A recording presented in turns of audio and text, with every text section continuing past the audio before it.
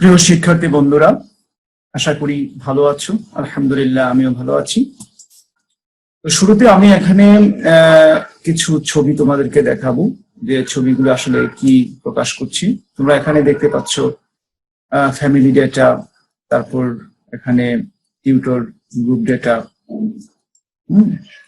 এখানে pupil ID, তারপরে grade, class, staff, কিছু টেবল আমরা দেখতে পাচ্ছি।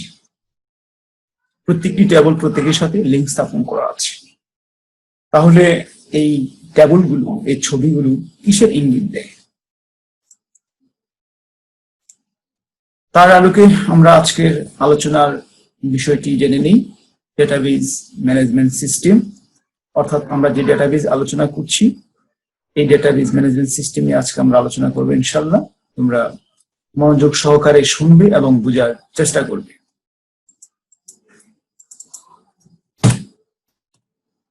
আজ পাঠ শেষে তোমরা ডিবিএমএস কি তা বলতে পারবে, ফ্রন্ট এন্ড কি তা বলতে পারবে, ব্যাক এন্ড কি তা বলতে পারবে, ডিবিএ এর দায়িত্ব অর্থাৎ ডেটাবেজ অ্যাডমিনিস্ট্রেটরের দায়িত্ব ব্যাখ্যা করতে পারবে, ডিস্ট্রিবিউটেড ডেটাবেজ এর সুবিধা বিশ্লেষণ করতে পারবে।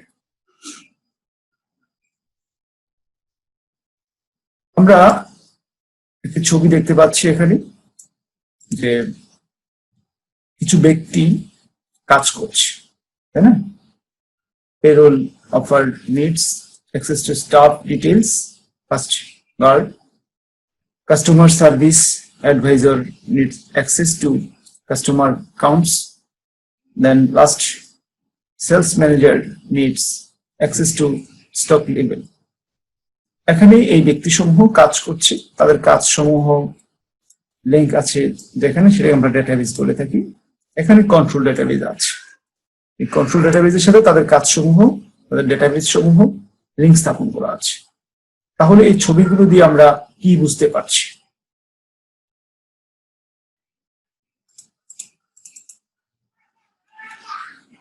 আমরা বুঝতে পারছি এখানে কতগুলো ডেটাবেজের সমন্বয়ে গঠিত একটি ডেটাবেজ, যাকে আমরা ডেটাবেজ ম্যানেজমেন্ট সিস্টেম বলে থাকি। ঠিক আছে, ডিবিএমএস। ডেটাবেজ ম্যানেজমেন্ট সিস্টেম বা ডিবিএমএস হলো পরস্পর সম্পর্কযুক্ত তথ্য এবং সেই তথ্য পর্যালোচনা করার জন্য অনেকগুলো প্রোগ্রামের সমন্বয়ে তৈরি এমন একটি সফটওয়্যার, যা ডেটাবেজ তৈরি, পরিবর্তন, সংরক্ষণ, নিয়ন্ত্রণ এবং পরিচালনার কাজে ব্যবহৃত হয়। তাহলে আমরা এখান থেকে ডেটাবেজ কি সংজ্ঞাটা জেনে নিলাম, এবং এটা আমাদের প্রয়োজন হবে, জ্ঞানমূলকে লাগতে পারে, ক্ষত অনুধাবনও লাগতে পারে। ঠিক আছে, আমরা শিখে নিলাম এই কথাটা কাকে বলি। তারপর আমরা দেখতে পাচ্ছি এখানে তথ্যকে অ্যাবস্ট্রাকশন বা বিমূর্ত ধারণা 3 স্তরে প্রকাশ করা যায়। খুব গুরুত্বপূর্ণ একটি বিষয়, 3 স্তরে প্রকাশ করা যায়। গাঠনিক স্তর, এই স্তরটি সবচেয়ে নিচের স্তর। এর মানে হলো এই স্তরটি অন্য স্তরের ভিত্তি, তার উপর অন্য স্তর স্টে করবে। এই স্তরে ডেটাবেজ কিভাবে গঠন করা হলো, এতে তথ্য কি উপায়ে রাখা হলো, তথ্যের গঠন ইত্যাদি বিস্তারিত দেওয়া থাকে। অনলাইন ডেটা, ডেটা ডিকশনারি ইত্যাদি স্তরে অন্তর্ভুক্ত। যৌক্তিক স্তর, লজিক্যাল, এই স্তরে মূল ডেটা রাখা থাকে। বিভিন্ন ডেটার মধ্যে সম্পর্ক কি তাও স্তরেই সংজ্ঞায়িত করা হয়। উল্লেখ্য, এই স্তরের ব্যবহারকারী গাঠনিক স্তর সম্পর্কে কোন ধারণার প্রয়োজন হয় না। উপস্থাপন, এটি সর্বোচ্চ স্তর। এই স্তরে বলা থাকে একজন ব্যবহারকারী কিভাবে কত সহজে ডেটাবেজ রাখার তথ্য দেখতে পারবে। তো শিক্ষার্থী বন্ধুরা, আমরা এই 3টে স্তর মুখস্থ করার চেষ্টা করব। নামসমূহ আমাদের এমসিকিউতে কাজে লাগবে। আমরা ফ্রন্ট এন্ডের নাম শুনেছি পূর্বে, তো ফ্রন্ট এন্ড কি যদি আমরা একটু জেনে নিই, তাহলে আমরা দেখতে পাচ্ছি এখানে গ্রাফিক্যাল ইউজার, চিত্রভিত্তিক ডেটা ইন্টারফেস তৈরির জন্য যে সকল টুলস ব্যবহার করা হয়, অর্থাৎ যার মাধ্যমে ডেটাবেজ ইউজার অ্যাকশন ঘটে, তাদেরকে ফ্রন্ট এন্ড বলে। তোমরা একটু মুখস্থ করার চেষ্টা করবে এই কথাটা। ফ্রন্ট এন্ড যেমন ফর্ম, রিপোর্ট ইত্যাদি। ফ্রন্ট এন্ড থেকে ডেটাবেজে ইউজার প্রিভিলেজ অনুযায়ী অ্যাক্সেস করা যায়, কিন্তু ডেটাবেজের কোনো পরিবর্তন করা যায় না। ডেটাবেজের কোনো পরিবর্তন করা যায় না ফ্রন্ট এন্ডে। ঠিক আছে, এখানে আমরা যে বিষয়টা দেখতে পাচ্ছি, লক্ষ্য করে দূরের চিত্র আছে, ফ্রন্ট এন্ড এবং ব্যাক এন্ড, দুটাই কিন্তু ডেটাবেস আমরা সাধারণত ফ্রন্ট এন্ড থেকে আমরা এখানে ডেটাবেসে দিচ্ছি ডেটা ব্যাংকে, এখান থেকে আমরা ব্যাক এন্ডে ফর ফিউচার রাখছি।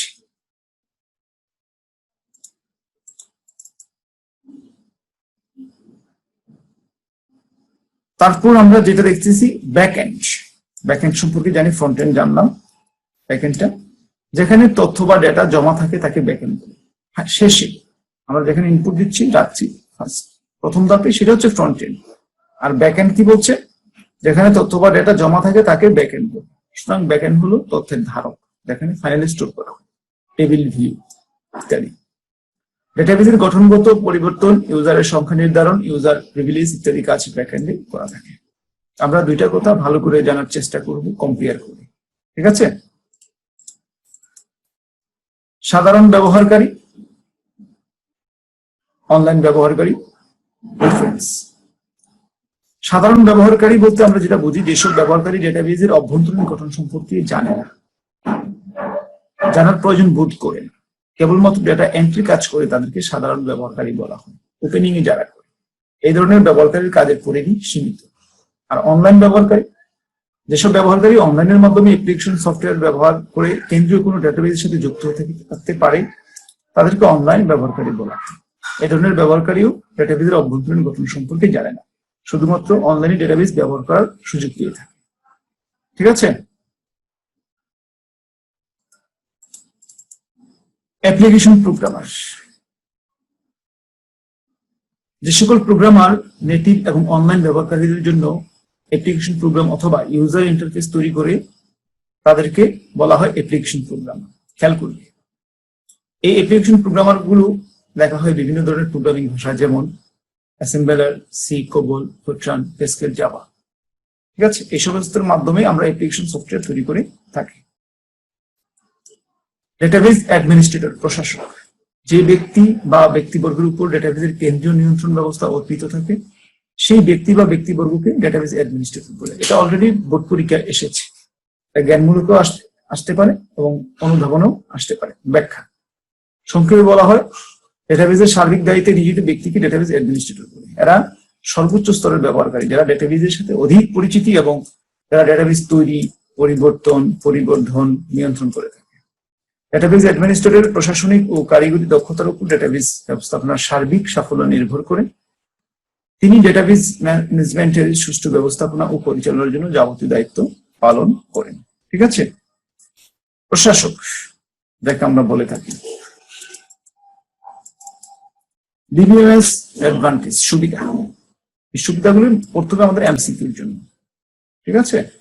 এমসিকিউর জন্য আমাদের পড়তে হবে। ডেটার বাহুল্য কমায়,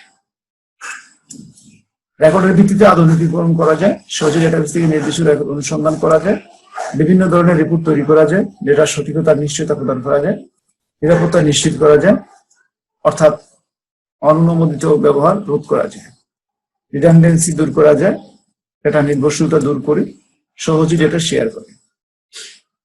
অসুবিধা, ভুল ডেটার কারণে অনেক সময় ডেটাবেস প্রক্রিয়াকরণ পদ্ধতি ধীরগতি হয়।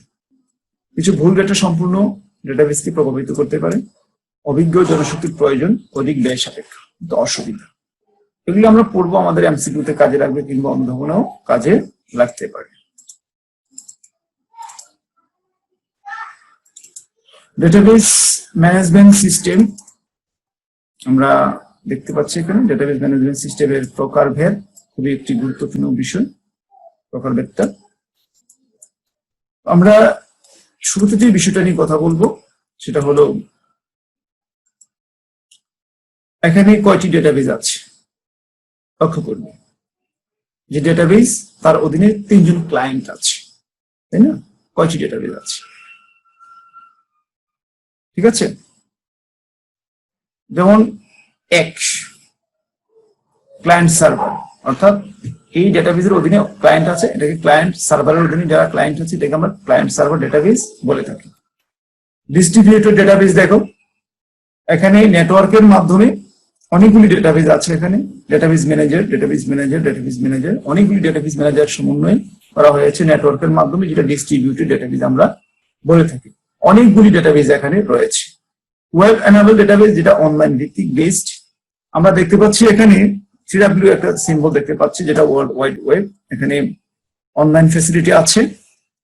তো এখানে আমরা দেখতে পাচ্ছি যে মূলত e commerce, inventory tracking, sales reports, 3W use, online use আছে MySQL অ্যাপাচি সার্ভার রয়েছে, যা দেখে আমরা বুঝতে পারছি যে এখানে online based database, web enable database এটাকে আমরা বলে থাকি। তারপর আমরা দেখবো ক্লায়েন্ট সার্ভার। সিম্পলি এককভাবে ক্লায়েন্ট সার্ভার অর্থাৎ সার্ভারের অধীনে যখন ক্লায়েন্ট থাকবে। ক্লায়েন্ট সার্ভার ডেটাবেস হলো কেন্দ্রীয়ভাবে নিয়ন্ত্রণকারী সার্ভারের সাথে নেটওয়ার্কের মাধ্যমে সম্পর্কযুক্ত একটি ডেটাবেস। মূল ডেটাবেসটি স্থায়ীভাবে সার্ভারে সংরক্ষিত থাকে সার্ভার, ঠিক আছে, এবং দূর দূরান্তে বসে বিভিন্ন ব্যবহারকারী কম্পিউটার নেটওয়ার্ক সিস্টেমের অন্তর্ভুক্ত হয়ে ডেটাবেস অ্যাক্সেস করতে পারে। এক্ষেত্রে ডেটাবেস ব্যবহারকারীদের বলা হয় ক্লায়েন্ট টার্মিনাল। ক্লায়েন্ট সার্ভার পদ্ধতিতে শুধুমাত্র একটি ডেটাবেস সার্ভারে সংরক্ষিত থাকে যাকে ব্যাক এন্ড বলে, এবং ক্লায়েন্ট কম্পিউটারগুলোতে শুধুমাত্র ফর্মস এবং রিপোর্ট থাকে তাকে ফ্রন্ট এন্ড বলে, ঠিক আছে। তো আমরা এখানে লক্ষ্য করছি কি সার্ভারের সাথে কয়েকটা ক্লায়েন্ট আছে, যার জন্য আমরা ক্লায়েন্ট সার্ভার কম্পিউটার বলে থাকি। এখানে সেপারেটলি যদি আমরা বলি ক্লায়েন্ট এবং সার্ভার কি, যদি আমরা সেপারেটলি বলি তাহলে কি দাঁড়াচ্ছে লক্ষ্য করো। এখানে যে ক্লায়েন্ট, ঠিক আছে, ক্লায়েন্ট একটি মেশিন বা ওয়ার্ক স্টেশন বা পিসি যা ফ্রন্ট এন্ড অ্যাপ্লিকেশন রান করে। এটি কিবোর্ড, মনিটর, মাউসের মাধ্যমে ইউজারের সহিত সরাসরি কার্য সম্পাদন সহায়ক ভূমিকা পালন করে। আর সার্ভার এটা ক্লায়েন্ট আমরা বলবো, এখানে এটাও ক্লায়েন্ট বলবো, এখানে একটা সার্ভার রয়েছে, ঠিক আছে। আমরা দেখতে পাচ্ছি দুজন ব্যক্তি এখানে কাজ করছে, ঠিক আছে, দুজন ব্যক্তি এখানে কাজ করছে কোথায় যাচ্ছে সার্ভারের সাথে নিয়ে যাচ্ছে। এই ক্লায়েন্ট এটা হচ্ছে সার্ভার। একটি মেশিন বা সার্ভার সফটওয়্যার যেমন ওরাকল এসকিউএল সার্ভার রান করে এবং শেয়ার ডেটা অ্যাক্সেস এ প্রয়োজনীয় ফাংশন হ্যান্ডেল করে একটি সার্ভার ব্যাকএন্ড হিসাবে ভূমিকা পালন করে। স্টোর যেখানে আমরা রাখি, আমরা দেখতে পাচ্ছি এখন এই যে ক্লায়েন্ট, এখন ডান পাশে যে ক্লায়েন্ট ডেটা সাবমিট করছে সার্ভারে, ঠিক আছে, দুজনেই সাবমিট করছে সার্ভারের দিকে। কেন্দ্রীয় সার্ভার যেটাকে আমরা বলে থাকি, এখানে দেখতে পাচ্ছি অনেক বড় ধরনের একটি নেটওয়ার্ক। ভালো করে লক্ষ্য করো তোমরা, এইখানে একটি কেন্দ্রীয় সার্ভার রয়েছে। তো এখানে অনেকগুলি ক্লায়েন্ট আছে, এখানে একটা সার্ভার, আমরা অনেকগুলি সার্ভার এখানে দেখতে পাচ্ছি। এখানে একটা সার্ভার আছেন, এখানে সার্ভার আছেন, এখানে সার্ভার আছেন, এখানে সার্ভার আছে, অনেকগুলি সার্ভার। তো সবগুলি সার্ভার এটার সাথে লিঙ্ক স্থাপন করা হয়েছে, অনেকগুলি সার্ভার এখানে লিঙ্ক স্থাপন করা হয়েছে। হলে কি ঘটতেছে আমরা খেয়াল করছি যে লক্ষ্য করো এই নিচের যে ব্যক্তিরা বা দুজন এসে এখান থেকে ডাটা এই সার্ভার পাঠিয়েছে, এই সার্ভার থেকে কেন্দ্রীয় সার্ভারে ডাটা যাচ্ছে। তো দ্রুপ আমরা দেখি এই যে মাউস পয়েন্ট যেখানে আমার আছে, এখানে সে পাঠাচ্ছে, এখান থেকে পাঠাচ্ছে, চতুর্দিক থেকে যেটা কোথায় সাবমিট হচ্ছে আমরা লক্ষ্য করতেছি। এই যে ডাটা এখান থেকে এই সার্ভার থেকে এসে এখানে ঢুকছে, ঢুকে এখান থেকে এখানে আসছে, সবকিছু মানে সার্ভার সাব সার্ভার যেটাকে আমরা বলি, ওখান থেকে ফাইনালি কেন্দ্রীয় সার্ভারে জমা হচ্ছে। আমরা কিন্তু চিত্রটার মাধ্যমে কি বুঝতে পারলাম, কেন্দ্রীয় সার্ভারে সবগুলি একসাথে সাবমিট হয়েছে, ঠিক আছে। তো এটাকে আমরা কি বলবো, ডিস্ট্রিবিউটেড ডেটাবেস। এই যে অনেকগুলি ডেটাবেস একত্রে কম্বাইন করা হয়েছে, এই জন্য এটা আমরা কি বলবো, এটাকে আমরা কি বলবো, এটাকে ডিস্ট্রিবিউটেড ডেটাবেস বলবো, ঠিক আছে। তো চলো ডিস্ট্রিবিউটেড ডেটাবেস সম্পর্কে একটু বিস্তারিত জানি, কারণ আমাদের তো পরীক্ষার খাতায় লিখতে হবে। ডিস্ট্রিবিউটেড ডেটাবেস হলো কেন্দ্রীয়ভাবে নিয়ন্ত্রণকারী সার্ভারের সাথে নেটওয়ার্কের মাধ্যমে সম্পর্কযুক্ত একাধিক ডেটাবেস সিস্টেম। এই পদ্ধতিতে একটি সেন্ট্রাল সার্ভার, কেন্দ্রীয় সার্ভার আমরা একটু আগে যা দেখেছি, এবং এর অধীনে এক বা একাধিক সাব সার্ভার যেটা আমরা উপ সার্ভার বলে থাকি, ওয়ার্ক স্টেশন থাকতে পারে। সেন্ট্রাল সার্ভার সহ প্রত্যেকটি সাব সার্ভারে বা ওয়ার্ক স্টেশনে ডেটাবেস থাকে। সাধারণত ডেটাবেস ওয়ার্ক স্টেশন গুলো ভিন্ন ভিন্ন দূরবর্তী স্থানে হয়ে থাকে। এই পদ্ধতিতে প্রত্যেকটি ওয়ার্ক স্টেশন স্বতন্ত্রভাবে ডেটাবেস সংশোধন, সম্পাদন প্রভৃতি কাজ করা হয়। সেন্ট্রাল সার্ভারে রক্ষিত কেন্দ্রীয় ডেটাবেস ওয়ার্ক স্টেশন গুলো ডেটাবেসের সর্বশেষ অবস্থায় অনুযায়ী পরিবর্তিত বা আপডেট হয়। সার্ভারের কেন্দ্রীয় ডেটাবেস বা সাব সার্ভার ডেটাবেস ডেটা পাঠ এটা বর্ণনার ভাষা ইত্যাদি পরিবর্তন পরিমার্জন করতে পারে। এভাবে ডিস্ট্রিবিউটেড ডেটাবেস পদ্ধতিতে সার্ভারের কেন্দ্রীয় ডেটাবেসের মাধ্যমে ওয়ার্কস্টেশনগুলো ডেটাবেস থেকে সর্বশেষ তথ্য সংগ্রহ ও ওয়ার্কস্টেশনগুলো ডেটাবেস পরিচালনা ও নিয়ন্ত্রণের কাজ করে থাকে। ডিস্ট্রিবিউটেড ডেটাবেস ব্যবস্থাপনার জন্য ক্লায়েন্ট সার্ভার পদ্ধতিকে প্রাধান্য দেওয়া হয়ে থাকে, কারণ ওয়ার্কস্টেশনগুলোতে আবার এক বা একাধিক ক্লায়েন্ট থাকতে পারে। শিক্ষার্থী বন্ধুরা, আমরা একটু আগে যে চিত্রটা দেখেছিলাম, এই চিত্রটার ব্যাখ্যায় মূলত এই তথ্যসমূহ। ঠিক আছে, তো ডিস্ট্রিবিউটেড ডেটাবেস নিয়ে আমাদের আরো কিছু কথা আমরা বলতে পারি। যেমন লক্ষ্য করো, মজার ব্যাপার হচ্ছে সেন্ট্রাল সার্ভারের সাথে ওয়ার্কস্টেশন নেটওয়ার্ক কানেকশন না থাকলেও ওয়ার্কস্টেশনের ক্লায়েন্টরা কোন রকম অসুবিধা ছাড়াই কাজ করতে পারে। এখানে আমরা কোনো কানেকশন দেখতে পাচ্ছি, কারণ সাব সার্ভার বা ওয়ার্কস্টেশন আলাদা আলাদা এক একটি ক্লায়েন্ট সার্ভার, কারণ এখানে প্রত্যেকে তাদের একটা সার্ভারের অধীনে কাজ করছে। কারণ সাব সার্ভার বা ওয়ার্কস্টেশন গুলো আলাদা আলাদা এক একটি ক্লায়েন্ট সার্ভার ডেটাবেস সিস্টেম, এবং ওয়ার্কস্টেশন ক্লায়েন্টরা শুধুমাত্র ওয়ার্কস্টেশন ডেটাবেস লগ ইন করে। অর্থাৎ এই যে দুজনকে আমরা দেখতে পাচ্ছি এখানে, তারা শুধু তার সাথেই কাজ করবে। যখনই সেন্ট্রাল সার্ভারের সাথে সাব সার্ভার ওয়ার্কস্টেশন কানেকশন পায়, তখনই সাব সার্ভারের সর্বশেষ অবস্থা অনুযায়ী সেন্ট্রাল সার্ভারে আপডেট হয়। তোমরা দেখো এই দুজন কাজ করছে, ঠিক আছে, এই দুজন কাজ করছে, তাদের তথ্যগুলি কোথায় যাচ্ছে? এই তাদের সার্ভারে। এই দুজন কাজ করছে, তাদের সার্ভারে যাচ্ছে। এখানে কাজ করছে, তাদের সার্ভারে যাচ্ছে। আমরা কিন্তু খেয়াল করছি, এই যে আমরা দেখতে পাচ্ছি এখানে তাদের কাজগুলো আমরা দেখতে পাচ্ছি কিভাবে যাচ্ছে। এখন আমরা কি দেখলাম? এখন আমরা কি দেখছি যে এই সার্ভারের কাজগুলি এখানে চলতে আছে, তারপর এই যে ডান দিকেরটা, তারপরে আমরা দেখলাম যে সার্ভার সমূহ এখন তাদের তথ্যগুলি মূল সার্ভারে, কেন্দ্রীয় সার্ভারে সেন্ড করছে। ওয়েব এনাবেল ডেটাবেস, আমরা এখানে দেখতে পাচ্ছি যে একটা ছবি আছে, তো ছবিটা কি প্রকাশ করছি আমরা একটু বুঝে নিই। যে এখানে database server, web application server, এখানে কিছু ক্লায়েন্ট আমরা দেখতে পাচ্ছি, এখানে ল্যাপটপ, মোবাইল, ট্যাব বা মোবাইল নেটওয়ার্কের মাধ্যমে আমরা ডেটাবেস নিয়ে কাজ করছি। ঠিক আছে, তো যে ডেটাবেস ইন্টারনেটের সুবিধাযুক্ত যে কোনো স্থান থেকে সাধারণ ওয়েব ইন্টারফেসের মাধ্যমে যে কোনো প্ল্যাটফর্মে রিমোটলি অ্যাক্সেস করতে পারে, করা যায়, তাকে ওয়েব এনাবেল ডেটাবেস বলে। তো শিক্ষার্থী বন্ধুরা, এই সংজ্ঞাটা মুখস্থ করতে হবে তোমাদের।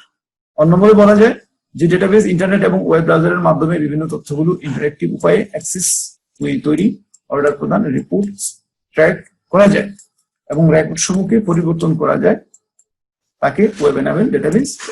এগুলো আমরা একটু মুখস্থ করে নিব সুন্দর করে, যাতে করে পরীক্ষা ঠিক মতো লিখতে পারি।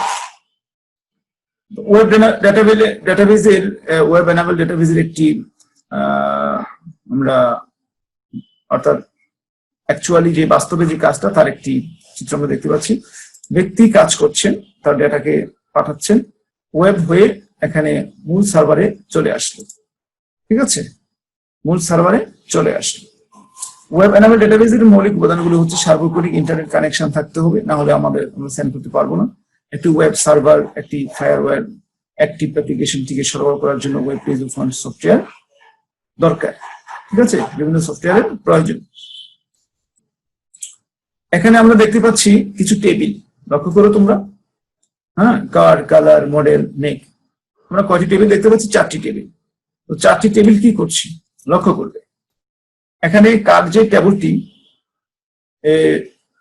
টেবিলটি আমরা দেখতে পাচ্ছি, এই টেবিলটির মধ্যে মিল আছে। দেখো এখানে মেক আইডি, তারপরে মডেল আইডি, এ দুটো মিল আছে, তাই না? মিল আছে। মেক আইডি তারপরে মডেল আইডি আমরা মিল পাচ্ছি।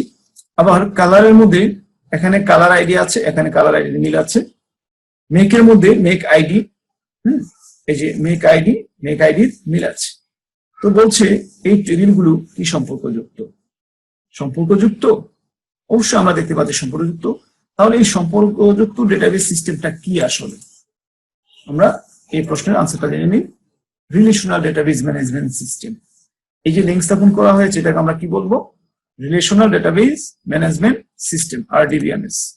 পুনরুক্তি খুব ভালো করে তোমাদেরকে শিখতে হবে, পরীক্ষা আসে MCQতে। Relational database management system.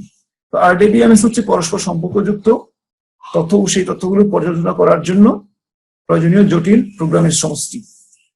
ঠিক আছে? তো আরডিবিএমএস এর সাহায্যে ফাইল তৈরি, এটা ইংলিশ কণ্ঠা ভেঙে গেছে, রক্ষণাবেক্ষণ, নিরাপত্তা ইত্যাদি নিয়ন্ত্রণ করা হয়। আরডিবিএমএস ডেটাবেস ও ডেটাবেস ব্যবহারকারীর মধ্যে সমন্বয়কারী সফটওয়্যার হিসেবে দায়িত্ব পালন করে। রিলেশনাল ডেটাবেস ম্যানেজমেন্ট সিস্টেম প্রোগ্রামে একাধিক data table, query, form, report ইত্যাদি থাকতে পারে। তো শিক্ষার্থী বন্ধুরা, এই স্ক্রিন থেকে আমরা দেখতে পাচ্ছি এখানে 4টি টেবিলের মধ্যে কিভাবে লিঙ্ক স্থাপন করা হয়েছে।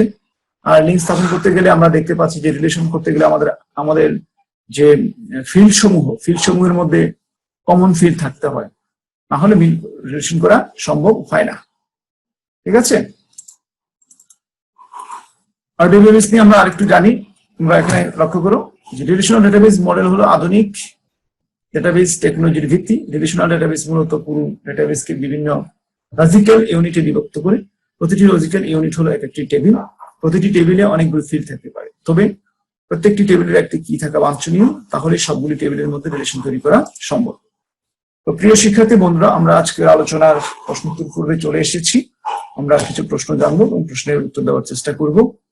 তোমরা দেখতে পাচ্ছ এখানে যে লেখা আছে এইচটিটিপি কোথায় ব্যবহার হয়। তো এইচটিটিপি আমরা জানি হাইপার টেক্সট ট্রান্সফার প্রোটোকল, মূলত ইন্টারনেটের ক্ষেত্রে আমরা ব্যবহার করা হয়, আমরা জানি।